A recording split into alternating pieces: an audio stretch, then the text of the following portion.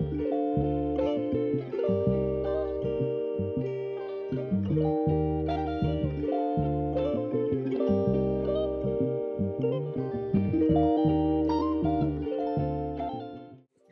pretty panel. Welcome back to Juris Exotica. If you're new here, this channel is for the girls who live in the in-between, the misunderstood, and the overly studied. Here on the pretty panel, we talk about it all: pretty privilege, pretty problems, love, dating, and all the things they just don't get about us. So I wanted to finally put this story time out there for you guys. I know I've said before I wanted to do a few story times, but honestly, I haven't had the chance to sit down and fully record them. But now, I finally have some time today, so I'm recording this one. And this story time, I'm giving you guys a peek into my personal life.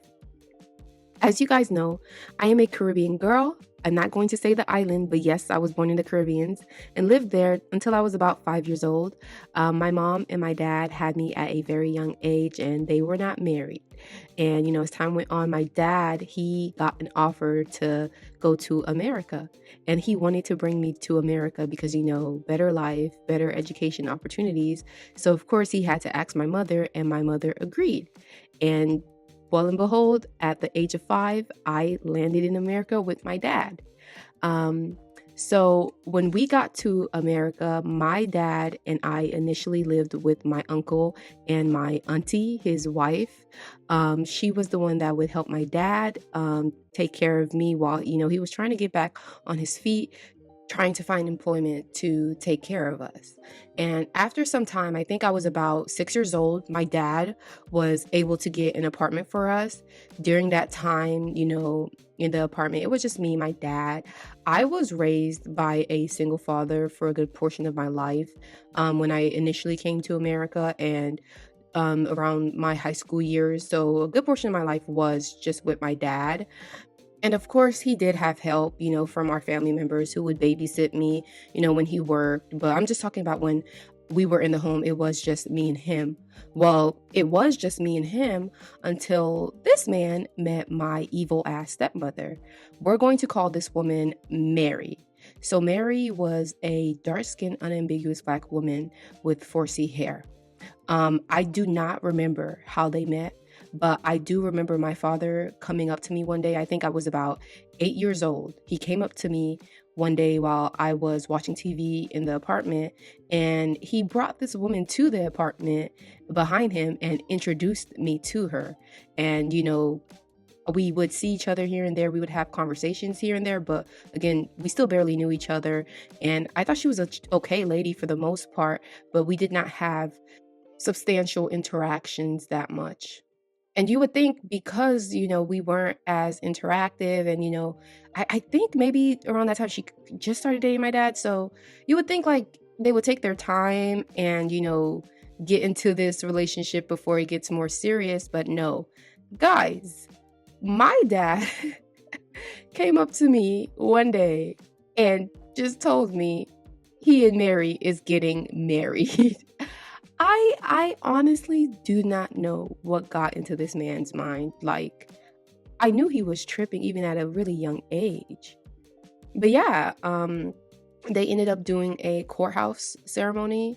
And, at the courthouse ceremony, I finally met her 3 sons. I remember when we were kind of getting to know each other, she did tell me she had kids. And at the courthouse, I finally met them. She had 2 older sons who were older than me and 1 younger son. So after the courthouse ceremony, a few weeks went by, and then me and my dad moved into a home with her. As I said, my interactions with her were very minimal before they got married, and obviously moving into the home with her, I was going to have much more interactions with her. But yeah, the first few months of us living together as a family, it was okay for the most part. My dad and her tried to plan little family trips, little outings to, connect, and everything seemed fine at first. But I will say things started changing a little bit when Mary noticed how involved I was when it comes to my mother. Basically, whenever I had the chance, I would always ask her or my dad, "Hey, when can I talk to my mom? Can I talk to her here or there?" Like, I was always, like, trying to, call my mom because, again, like, I left the island and I'm with my dad only, so, and I love my mom. So, as a little girl, I wanted to talk to my mom as much as I can. And I will say, as time went on, I think she noticed that, my family, my dad's family and my mom's family were close because, again, they grew up in the same, village. So, of course, everybody knows each other. So, everyone knows who my mom is. And, some of my aunts were friends with her family members. So, I think she started noticing that, everyone was tight knit with my mom. I don't know what like happened, but I think something just clicked and like something just switched in her because I don't know, she just started treating me very weird and very just horribly. Like my mom does look very much like me. She is a light-skinned woman just like I am, except my mom does have 3B, 3C hair and she likes to wear it straight. So I look very similar to my mom and I think that could have caused that switch. So she would say certain things to me as a little girl that, I never really thought was jealousy signals until, I grew older and realized what it was. It started with little things like how she would comment on my body. She would comment on how small my chest was, how small my butt was. Like I was a 8-year old, very skinny child, So Mary, on the other hand, is a grown woman with hips and butt and, all this and that. So I'm not going to have those body parts, especially at 8 years old. So that was a very interesting reaction. So yeah, this woman would make fun of my body, my chest. She would also even make fun of my glasses. I wore very high prescription glasses when I was younger. So, my lens would be extremely thick. I wear contacts now, but, when I was younger, I did not like contacts like that. So I constantly wore these very thick glasses. And she and her sons would always make fun of me about that. And on top of that, she would just mention my skin color very unprovoked. Like, she would just talk about me being light skinned in the most randomest conversations. I remember there was a time that I went to one of my aunt's salons. So my aunt owned a salon, and every few weeks I would go there to get my hair done. Before my dad married Mary, I would go to the salon to get my hair done, or if my dad couldn't, he would do the go-go's in my hair and give me twists or something like that. So when he married her, he delegated a lot of that, hair stuff and any girly stuff to Mary because we're supposed to be trying to become this integrated family. So I remember there was one time I went to my aunt's salon and I went to go get a silk press because I think we were going to some type of ceremony. I came back home, guys, and I was looking in the mirror, flipping my hair. I was feeling good. I'm a little girl. I'm feeling good. I'm seeing how beautiful I am. This woman, unprovoked, said, "Oh, you think you're cute because you're light skinned?" And I'm young, so I don't know what exactly this woman is trying to refer to, what type of shade she's throwing. And me, my dumb self says, "No, I think I'm cute because of my hair." And then she rolled her eyes and walked away. Like, who says that to a child, bro? Like, honestly, looking back, this woman was very triggered by me. I don't know why, but no, you know what? I do know why. It's because I look like my mom, and my mom is very beautiful, so I know why she was triggered. But it was just so crazy for an adult to hate on a child.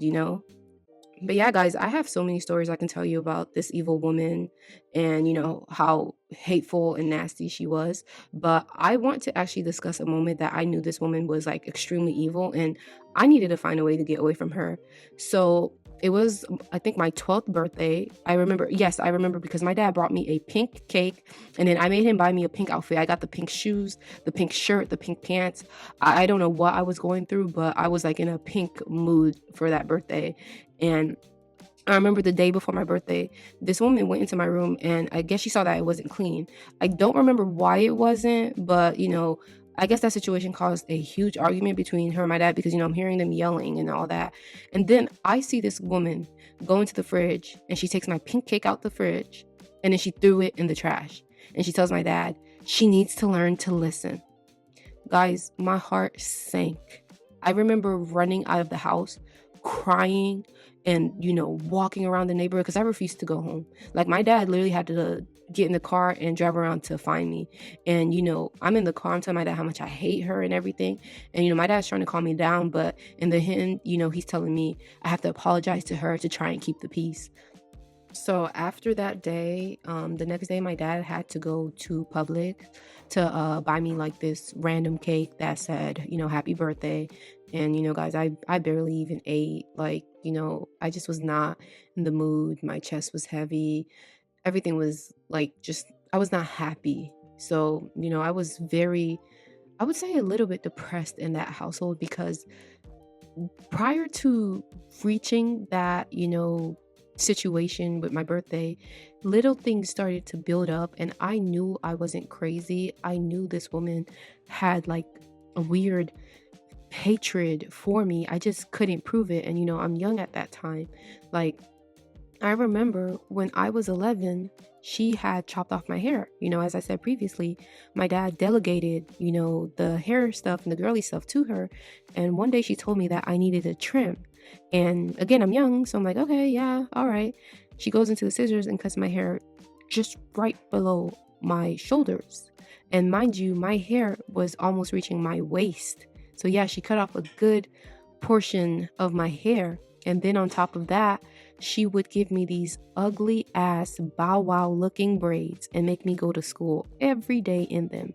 She would have refreshed them like, when needed, but I had them bow wow braids for a few months. Like, that woman literally wanted to put me through like a humiliation ritual at a very, very young age. I also remember that this woman was trying really hard to drive a wedge between me and my dad. Like, she would tell him things that I never said, and then she would tell me things that he never said. Like, one time, my dad screamed at me because a lamp had broke because her younger son pushed me into it. But this woman tells my dad, "Oh, she threw the lamp." And I'm just looking like, no, I didn't. And of course, my dad is believing his wife, so he ends up yelling at me. And I haven't even told you guys, some of the more crazier things that I went through. Like, for example, it wasn't just her that was doing the most weirdest things. It was also her oldest son. He was this darker skinned dude, and he would always comment on my skin, just like his mom, always comment unprovoked. At one point, he was trying to touch my skin, and he would take his arm trying to compare skin tones because I'm a very, very light person. So he would like take our arms and talk and about it and, try to compare skin tones. He would touch my hair and say, "Oh my God, you have such soft hair." So I was in like the most weirdest position, man. But, my dad did eventually divorce her. I think I was around 13 when he eventually divorced her. I remember him, taking me out one day, and while we were out, he was just conversating with me and telling me how we were going to move to another place, and how he was leaving Mary. And in my head I was like, thank God. Thank you, God. um Around that time, I obviously did not know what the full reason for their divorce was. I still low-key don't know because I honestly do not care about that woman. But I do know it was like a lot of things going on. I think infidelity did play a part. And on top of that, me and my dad did talk about her treatment towards me. And he told me, yeah, he noticed how she sometimes would treat me unfairly. And I will say, being in that household did cause me to get a bit hateful and resentful towards my dad because he brought this woman into my environment. But we ended up working that out. But it was very tough for me in that environment because I just felt like I was going through it almost every day.